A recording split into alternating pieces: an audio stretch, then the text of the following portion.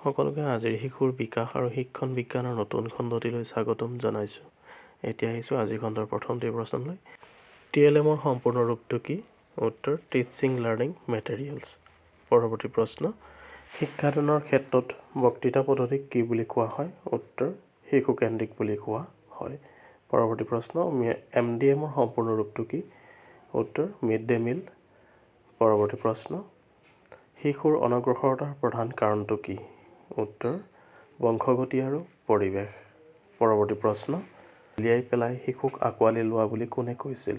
উত্তৰ ৰুছোৱে কৈছিল। পৰৱৰ্তী প্ৰশ্ন, শিশুক সম্পূৰ্ণ স্বাধীনতাৰে শিক্ষা প্ৰদানৰ ওপৰত কোনে গুৰুত্ব দিছিল? উত্তৰ ৰুছোৱে দিছিল। পৰৱৰ্তী প্ৰশ্ন, শিক্ষক শিক্ষাৰ্থীৰ মাজত সম্পৰ্ক সদায় কেনেকুৱা হোৱা উচিত? উত্তৰ পিতা পুত্ৰৰ দৰে হোৱা উচিত। পৰৱৰ্তী প্ৰশ্ন, প্ৰদৰ্শনমূলক শিক্ষণৰ মূল ভিত্তি কি? উত্তৰ কাম কাজৰ মাজেৰে শিক্ষাৰ সুযোগ দিয়া। পৰৱৰ্তী প্ৰশ্ন, প্ৰদৰ্শনমূলক শিক্ষণ পদ্ধতি কি বিষয়ৰ শিক্ষাৰ্থীৰ বাবে উপযোগী? উত্তৰ বিজ্ঞান শিক্ষণৰ। পৰৱৰ্তী প্ৰশ্ন, হিউৰিষ্টিক বা গৱেষণামূলক পদ্ধতিৰ জন্মদাতা কোন? উত্তৰ H.W. আৰ্মষ্ট্ৰং হৈছে হিউৰিষ্টিকৰ জন্মদাতা। হিউৰিষ্টিক শব্দটো কি ভাষাৰ পৰা উৎপত্তি হৈছে? উত্তৰ গ্ৰীক ভাষাৰ পৰা উৎপত্তি হৈছে। পৰৱৰ্তী প্ৰশ্ন, হিউৰিষ্টিক শব্দটো গ্ৰীক ভাষাৰ কোনটো শব্দৰ পৰা আহিছে? উত্তৰ হিউৰিস্কো শব্দৰ পৰা আহিছে। পৰৱৰ্তী প্ৰশ্ন, শিক্ষাৰ্থীয়ে যিকোনো এটা কথা নিজৰ প্ৰত্যক্ষ অভিজ্ঞতাৰ জৰিয়তে শিকে, সেই শিক্ষণ পদ্ধতিক কি বোলে? উত্তৰ হিউৰিষ্টিক শিক্ষণ পদ্ধতি। পৰিপক্কতাৰ ইংৰাজী প্ৰতিশব্দ মেচিউৰেশ্যন শব্দটো ক'ৰ পৰা লোৱা হৈছে? উত্তৰ জীৱবিজ্ঞানৰ পৰা লোৱা হৈছে। পৰৱৰ্তী প্ৰশ্ন, এটা স্কিনাৰ বাকচ কিয় ব্যৱহাৰ কৰা হয়? উত্তৰ সমস্যাৰ সমাধান কৰিবলৈ ব্যৱহাৰ কৰা হয়।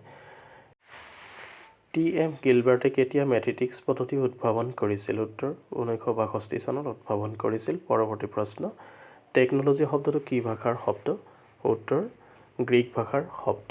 পৰৱৰ্তী প্ৰশ্ন, লগীয়া শব্দটোৰ অৰ্থ কি? উত্তৰ লগীয়া শব্দৰ অৰ্থ হৈছে বিজ্ঞান। পৰৱৰ্তী প্ৰশ্ন, ৰেডিঅ' বিকাশৰ প্ৰক্ৰিয়া কেতিয়া আৰম্ভ হৈছিল? উত্তৰ 1885 চনৰ পৰা। পৰৱৰ্তী প্ৰশ্ন, প্ৰকৃত শিক্ষক সেইজনে যিজনে অতি সহজে শিক্ষাৰ্থীৰ শাৰীলৈ নামি আহিব পাৰে বুলি কোনে মন্তব্য দিছিল? উত্তৰ স্বামী।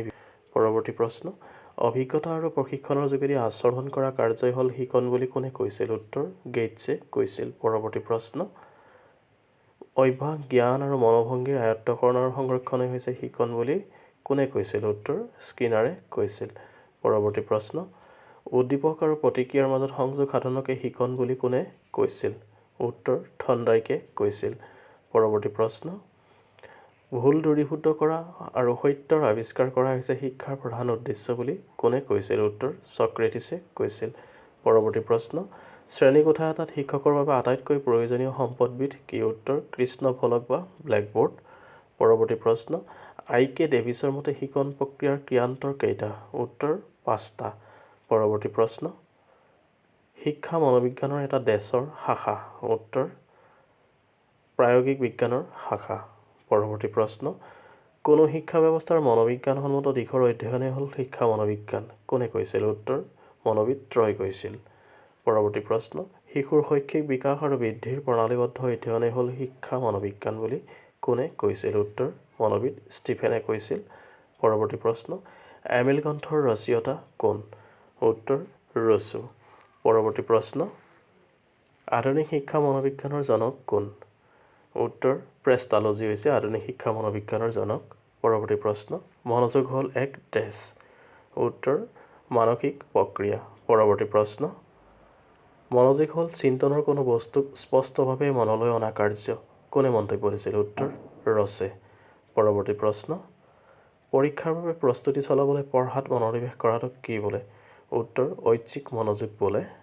পৰৱৰ্তী প্ৰশ্ন, আকৰ্ষণীয় বিজ্ঞাপন, হঠাতে হোৱা ডাঙৰ শব্দৰ প্ৰতি অহা ভাৱাবেগক কি বুলি কয়?